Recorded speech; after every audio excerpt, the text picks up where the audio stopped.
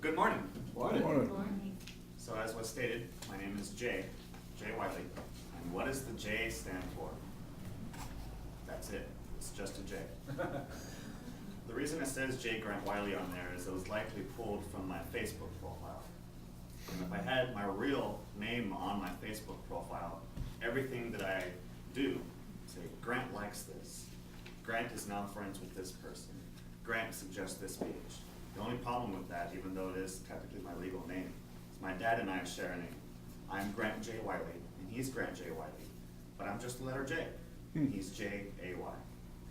For a good portion of my life, I probably did spell it out J-A-Y until my sister let me know how cool it would be if I actually just do the J period. She's like, no, stick with the period, it's cool. So ever since then, I did stick with that. So I wanted to pull out a few things here because this is an introduction speech and you're supposed to be able to get to know who I am. So I brought my 49ers scarf. This is obviously bought here in Washington because nobody in California is going to buy a scarf. My mother bought that for me. Being the nice mother that she is, she bought that for me. There was also mention of my handsome son. There's a nice little flip book. Everybody can pass around and take a look at this little guy. So if you want to know me, you can definitely have to see my son. Another great thing that's a really, really good indication of the person I am, if you can see my tie here, you would see that there's two things on here. It says, made in USA, and all across it, it says, it matters. I'm a very, very big advocate for buying local. I really hate when I go to, especially a Walmart, I'll see an American flag and you look at the tag, it says made in China. I think that's an insult, and I try to avoid those. So I wanted to pop out some of these little bad boys here because we did mention that there is some debate stuff. So this is full of a bunch of debate trophies that I've got over the past 2 years at LCC. And all of these, every single one of them is because of the power of choice. So that's kind of the theme and the topic of the speech that I'll be giving today will be the power of choice. I'll probably be going through 3 different examples of exactly what choice can do, what it means for everybody in their life. So I would proffer that somewhere in another parallel universe, exactly this moment in time, I'm standing right here, but instead of Toastmasters, I'm standing in front of Cookmasters. And I'm giving a speech about some tasty dish I prepared. I'm not really sure what, but that would be my idea of what the parallel universe would look like if my original decision back in 5th grade was to stick with home ec. Because I was very indecisive. And I thought back then when I was in 5th grade that not making a decision is not a choice, but I found that everything that you do is a choice, whether it's indecision, not acting, or actually choosing something. Something happens, something goes on. The ball keeps on rolling whether or not you get in there and you actually decide what you want to do. So because of my inaction, in 5th grade I was left with 2 options for an elective because everything was taken up.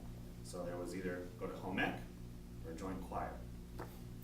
And as a 5th grader boy, I've never been in choir. I didn't really cook things. So I had to weigh the pros and cons there. It's like, all right, get some free food, maybe be around some cute girls, be in choir. I actually did home ec first. And the thing that actually made me stop going there is when I had to put on my apron. And I took a look at myself in this apron and I was like, that is not for me. So I hopped right next door into the choir. And as you see from this choir concert poster, you can see a good picture of myself and my wife. During the end of this choir concert is actually when I proposed to her. Embarrassing her in front of everybody, of course. So you can pass that around. She had to say yes.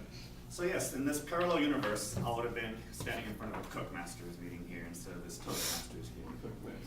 But I made the choice of not making a choice and got stuck with choir, and that has molded my life. And if I didn't get stuck with choir, I wouldn't be standing in front of all of you today. And I can show that by the end of this speech here why that's true. So the power of choice, like I mentioned, in action. It's less apparent control of what's going on, but it has profound implications. So going down into the history of what's happened since I didn't make that choice. Well, now I've been singing ever since 5th grade in choirs. As mentioned in the introduction, I've gotten into operas. My wife is a very, very great opera singer. I'm hoping that maybe when she becomes a famous opera singer, she could be like, well, my husband sings too. And get in the door, get in the door that way. Is that how it works, Jim? Without choir, I wouldn't have met my wife. I was in Longview, I moved up from California, and I saw in the newspaper that LCC had a brand new music instructor named Gina Osborne, so I went to go check it out. I loved it, she was really great, I stuck with the program, and that's where I met Mariah, and we were the first couple from that Rose Center to get together, and now we also have the first kid from the Rose Center. Another thing that came from LCC was my joining debate.